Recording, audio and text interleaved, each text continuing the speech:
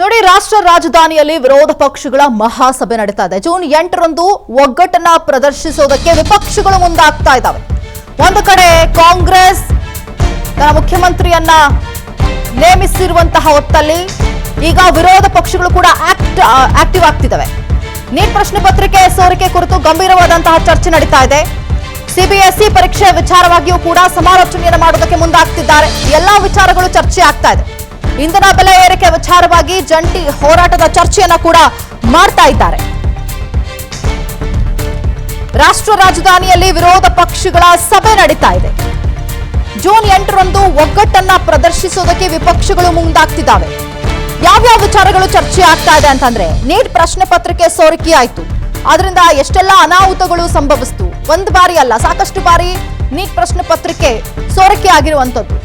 ಅದಕ್ಕೆ ಮುಂದಿನ ಕ್ರಮವನ್ನ ಏನ್ ತೆಗೆದುಕೊಳ್ಬೇಕು, ಯಾಕಾಯ್ತು, ಇಷ್ಟೊಂದು ಲೂಪ್ ಹೋಲ್ಗಳು ಎಲ್ಲಿಂದ ಆಗ್ತಾ ಇದೆ, ಈ ಮಾಲ್ ಪ್ರಾಕ್ಟೀಸ್ ಅನ್ನ ತಡೆಯೋದು ಹೇಗೆ, ಸರ್ಕಾರ ಯಾಕೆ ಕಣ್ಮುಚ್ಕೊಂಡು ಕುತ್ಕೊಂಡಿತ್ತು, ಇದ್ರ ಬಗ್ಗೆ ಗಮನ ಇರಲಿಲ್ವಾ ಸರ್ಕಾರಕ್ಕೆ, ಇದೆಲ್ಲ ವಿಚಾರಗಳು ಕೂಡ ಈಗ ವಿಪಕ್ಷಗಳು ಒಂದಾಗಿ ಚರ್ಚೆಯನ್ನ ಮಾಡ್ತಾ ಇದ್ದಾರೆ. ಸಿಬಿಎಸ್ಇ ಪರೀಕ್ಷೆ ವಿಚಾರವಾಗಿಯೂ ಕೂಡ ಅಲ್ಲಿ ಸಮಾಲೋಚನೆಯನ್ನ ಮಾಡಲಾಗುತ್ತೆ. ಜೊತೆಗೆ ಇಂಧನ ಬೆಲೆ ಏರಿಕೆ ಆಯ್ತು, ಬ್ಯಾಕ್ ಟು ಬ್ಯಾಕ್ ಇಂಧನದ ಬೆಲೆ ಏರಿಕೆ ಆಗಿರುವಂತದ್ದು. ಇದನ್ನ ವಿರೋಧಿಸಿ ಈಗ ವಿಪಕ್ಷಗಳು ಚರ್ಚೆಗೆ ಮುಂದಾಗ್ತಾ ಇದ್ದಾರೆ. ರಾಷ್ಟ್ರ ರಾಜಧಾನಿಯಲ್ಲಿ ನಡೀತಿರುವಂತಹ ವಿರೋಧ ಪಕ್ಷಗಳ ಮಹಾಸಭೆ. ಈ ಸಭೆಯಲ್ಲಿ ಇಂಧನ ಏರಿಕೆ ಆಗಿರುವ ಡೀಸೆಲ್ ಮತ್ತು ಪೆಟ್ರೋಲ್ ಬೆಲೆ ಏರಿಕೆ ಆಯ್ತು. ಇದರಿಂದಾಗಿ ಮಧ್ಯಮ ವರ್ಗದವರ ಮೇಲೆ ಹೊರೆ ಆಗ್ತಾ ಇದೆ. ಗ್ಯಾಸ್ ಬೆಲೆ ಜಾಸ್ತಿ ಆಯ್ತು, ಆಟೋ ರೇಟ್ ಜಾಸ್ತಿ ಆಯ್ತು, ಸರಕು ಸಾಗಾಣಿಕೆಗಳ ಬೆಲೆ ಜಾಸ್ತಿ ಆಯ್ತು, ತರಕಾರಿ ರೇಟ್ ಜಾಸ್ತಿ ಆಯ್ತು. ಎಲ್ಲದರ ಮೇಲೆ ಇದು ಪರಿಣಾಮವನ್ನ ಬೀರ್ತು. ಜೊತೆಗೆ ನೀಟ್ ಪ್ರಶ್ನೆ ಪತ್ರಿಕೆ ಸೋರಿಕೆ, ಇದು ಸರ್ಕಾರದ ವೈಫಲ್ಯವನ್ನ ಎತ್ತಿ ತೋರಿಸುತ್ತೆ ಅನ್ನುವಂತಹ ನಿಟ್ಟಿನಲ್ಲಿ ಈ ಒಂದು ಸಭೆ ಮಹತ್ವವನ್ನ ಪಡೆದುಕೊಳ್ತಾ ಇದೆ. ಸರ್ಕಾರದ ಗಮನಕ್ಕೆ ಯಾಕೆ ಬರಲಿಲ್ಲ, ಒಂದು ಬಾರಿ ಆಗಿದ್ರೆ ಸರಿ, ಇದು 2-3 ಬಾರಿ ಆಗಿರುವಂತಹದ್ದು.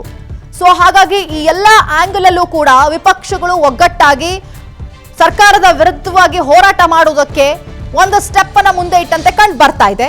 ಜೊತೆಗೆ ಸಿಬಿಎಸ್ಇ ಪರೀಕ್ಷೆ ವಿಚಾರವಾಗಿಯೂ ಕೂಡ ಸಮಾಲೋಚನೆಯನ್ನ ಮಾಡೋದಕ್ಕೆ ಈಗ ಮುಂದಾಗ್ತಾ ಇದ್ದಾರೆ.